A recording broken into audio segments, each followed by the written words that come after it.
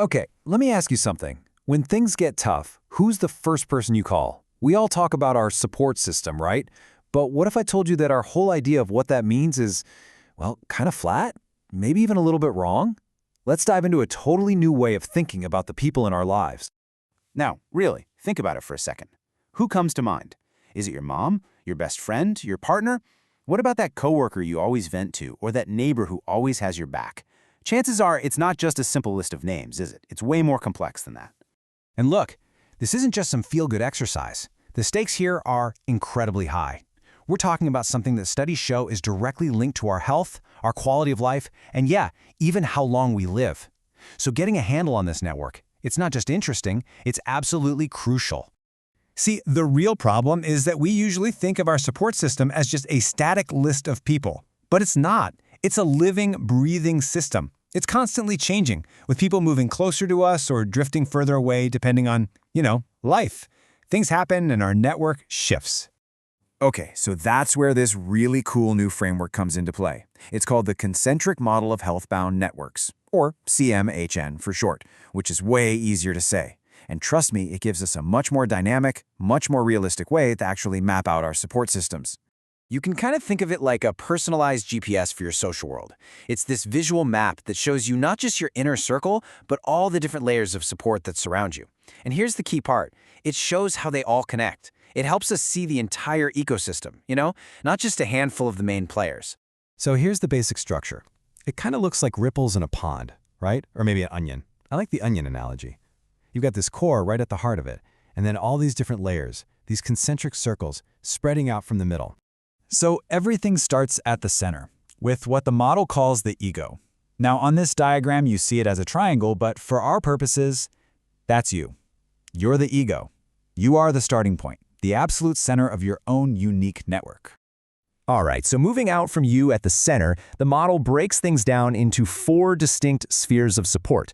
Let's walk through them, starting with the one closest to the core and working our way out. First up, that innermost circle, that's your health network.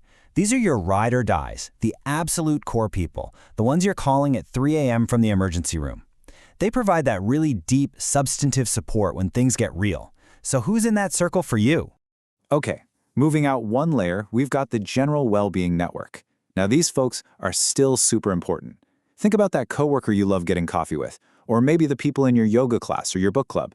They're the ones who just boost your day-to-day happiness, even if they're not your first call in a 5-alarm fire, All right, next up is the broader social network. This layer is way bigger. It's packed with a wider circle of friends, colleagues, maybe old classmates, all those acquaintances. They're basically the fabric of our social world, the people who make us feel plugged into a bigger community. And finally, we get to the outermost sphere. It's called the polis. Now that's just a fancy term for our connection to society at large. This isn't really about specific people you know by name, it's more about the institutions and communities that shape our lives. Think about your city, your company's culture, or even online groups you're a part of. It's a more distant form of support, but it's still a part of the system. So just to recap real quick, we've got those 4 layers. You've got the core health network, then the general well-being network, then the wider social network, and finally, the polis on the outside. Each one plays a totally different but important role. Okay, but here's where this model becomes a real game changer. Because unlike that boring static list of names we talked about, the CMHN shows us that these networks are alive. They're a system that's in constant motion. And this is where it all comes to life. You see those arrows on the diagram? They show something called migration.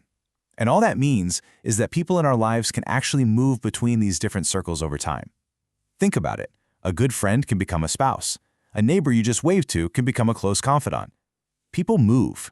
And this movement can happen in a couple of ways. First, there's direct migration. That's when someone moves to an adjacent circle, like right next door. A good friend from your well-being network becomes your partner, and boom, they move right into your core health network. But then there's intermediary migration. This is a much bigger jump. Imagine a distant cousin from your outer social network suddenly has to become a primary caregiver.